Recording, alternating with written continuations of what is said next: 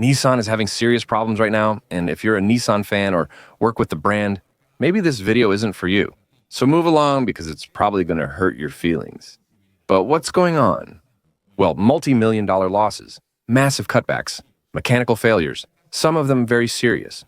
And can you imagine the serious mistake that could sink their sales even further? Here in the United States and in Mexico, and possibly in other countries like Chile, Panama, the Dominican Republic, or Colombia, maybe Argentina.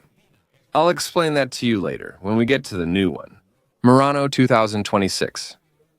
Although this video isn't about the Murano, it's included because it's a fundamental piece. But imagine this, more than $4.5 billion. That's an impressive amount. $4.5 billion lost in just 1 year, with nearly $4.8 billion in debt about to come due. The result? The rating agencies downgraded them to, quote, junk bond. That makes it harder for them to get loans to invest, launch new models, or simply survive. And to make matters worse, they stopped production of the Nissan Pathfinder, the Murano, and the Frontier, also at their plants in the United States, which were headed for Canada, because of the 25% tariffs. Those tariffs are a serious matter, aren't they? They're caught in a trade war they didn't start, but now it's leaving them without exports. Key point, no arguments, and not just Nissan. I've been discussing this with brand executives at the different events I'm invited to. Almost all of them are tearing their hair out, trying to figure out what the right formula is to counteract the impact of these darn tariffs. The industry is facing a difficult time. And watch out, hold on tight, because prices are already going up and they're going to go up even more if this keeps up. It's a logistical and financial nightmare. And as if that weren't enough, new tariffs have recently been confirmed that will seriously affect the entire industry. As I've been telling you, it's not just Nissan, but all the brands. It is estimated that the prices of some imported vehicles, pay attention to this, could increase by between $2,000 and up to $10,000 per unit. Who are the most affected? You, us, the buyers, those of us who go to the dealership with our hard-earned money from our salary. And we have to fight and struggle along with the manufacturers who are also struggling and fighting with these tariffs. And in the end, we consumers end up paying for it. And even though many brands still haven't reflected it in their prices, their profit margins are already being squeezed. Nissan is in the worst possible place, one of the worst possible places, with models coming from Japan and Mexico, and with production halted because of previous tariffs. Now they'll have to face the dilemma of raising prices or losing money on every car sold, something that nobody really wants. What's the result? Well, their recovery becomes even more complicated. And what if they raise prices, like with models such as the Nissan Murano, the Nissan Pathfinder, or the Nissan Altima, which are quite popular models that have sold a lot? The Japanese brand loses competitiveness compared to rivals like the Korean Hyundai Kia, Japanese Honda, or American Ford, which already manufacture more locally. In other words, they've made a strategy to minimize the impact of tariffs, like manufacturing much more locally within the United States. But here comes the biggest blow to confidence. Nissan recalled more than 443,000 units of the Nissan Rogue, its best-selling model. In the United States, the Nissan Altima and Infiniti, Nissan's luxury division, models QX50 and QX55 use variable compression ratio engines. Are these recalls or withdrawals for a safety review? The reason is a failure in the VCVC turbo engine, which can cause the car to shut off while driving. No good, no bueno. Imagine having a new SUV and the engine fails like this. That's not something you forget easily. And those kinds of problems are what drive away customers who have been loyal fans for years. That's why I warned you that if you're a fan of the brand, if you've been loyal, because Nissan has kept a pretty loyal fan base for many decades. The video might possibly hurt you, but that's the reality. Don't comment in the comment section to avoid redundancy, and don't refuse. What happens is that this is an enemy of Nissan, who only speaks badly about them, who criticizes them, right? Really, these are facts based on reality, and it's information I'm bringing you firsthand. Not only because of my close relationship with the manufacturers, but also because of the news trends that are facts, real events that you can investigate yourself. You can easily fact-check what I say using Google. And as if that wasn't enough, Their new electric Leaf, which was supposed to be their strong comeback to the world of electric vehicles, had to reduce its production because China cut off their access to rare earth elements. Batteries are essential for electric vehicles. Meanwhile, brands like Hyundai, or Hyundai, however you want to say it, Tesla or BYD keep moving forward without stopping. Above all, BYD is becoming a brand in some Latin American countries that poses a serious threat to Nissan and the others as well. But specifically, since we're talking about Nissan in this video, BYD is a big threat in the Dominican Republic, Mexico, Colombia, and other countries as well. But anyway, what hope is there for Nissan? In the midst of the chaos, Ivan Espinosa has arrived as the new Chief Executive Officer. The Chief Executive Officer President, although it doesn't literally translate as President. This guy isn't here to play around. He's going to shut down 7 plants, cut 20,000 employees, and reduce the development time for a new model from almost 5 years to just over 3. He's coming in full of energy. He also wants to lower fixed costs and relaunch its image, the brand's image. Is it a smart plan? Well, that's the big question. I think it is. Is it ambitious? It's a very ambitious project. Does he have enough time to carry it out? That's the big question we're all asking ourselves. Let's see if Nissan can hold on, because right now it's about whether they make it out alive. But that's not all for Nissan. I mean, the storm continues. But before we continue, if you're enjoying the video and the information I'm bringing, this perspective I'm offering you, give the video a like. It's important for people, so it can reach more people who are interested in topics like this, and also for people who are interested in guidance. For your next vehicle purchase, well, it's important. I really appreciate it, and also make sure to subscribe to the channel, because if you don't subscribe, this might be the last time you see me.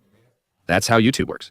By subscribing, it more or less guarantees that in the future, new videos that come out will show up there, on your phone, on your feed. So, thanks for subscribing, I greatly appreciate it. Because, in addition to the cutbacks, Nissan is juggling its finances, making deals with suppliers to delay payments and preserve liquidity. It also issued bonds in dollars and yen to raise $4.5 billion. And as a last attempt, it's in talks with Honda to share production at a plant in Mississippi. Although this is practically being phased out, because there isn't much hope there of working with Honda. In other words, they're looking for oxygen everywhere. But it seems like that's not going to happen with Honda. And this is where many say the narrative could change. Nissan, watch out. With this, he presented the new Armada itself. 2026, a giant SUV with a V6 engine, or V6 biturbo, 460 horsepower. There we see it in these images. Sport suspension. The Nissan Armada Nismo is really beautiful. All Nismo products truly have a charm. High-performance wheels, and it has a more aggressive design than the regular Armada. This model is not just for appearance. It has functional purposes beyond aesthetics. It's meant to say, we're still alive, gentlemen, and to attract fans of power and rugged design once again. If you didn't know that Nissan Armada had released a Nismo version, well, I'm telling you, because it seems like nobody noticed. The Nissan Armada Nismo didn't generate much buzz, but it's out there nonetheless. Another advantage of watching my videos is that I bring you fresh, informative content and breaking news. But of course, it all depends on whether they can produce them without delays or cost overruns. This Nissan Armada Nismo, let's see how much interest there is among Nissan Nismo fans, especially in a full-size SUV, a vehicle as big as the Nissan Armada. Let me know down in the comments if you think it was a good move or a bad one. Bringing this Nissan Armada Nismo model specifically for the full-size SUV segment. It's not just an aspirational model, but one that brings volume, media impact, and most importantly, sales.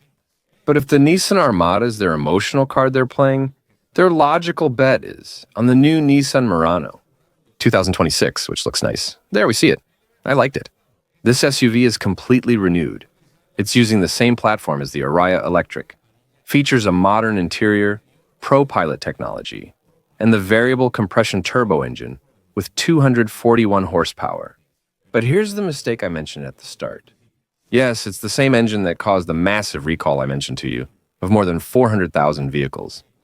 And even though it was supposed to be fixed, the simple fact of repeating it in such an important and iconic model for North America as the Nissan Murano, because it's really like a uniform, as I call those vehicles that are sold everywhere. It could be a massive risk if it failed again. not just for the United States, but globally. In Mexico, the Murano is very popular among upper middle class families. A serious failure in this model could drag down the reputation of the entire brand in a market where it still has a strong presence.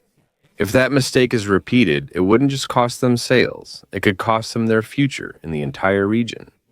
So, is there hope for a Nissan comeback? Maybe. I sincerely hope so, as I've always cared about the Nissan brand.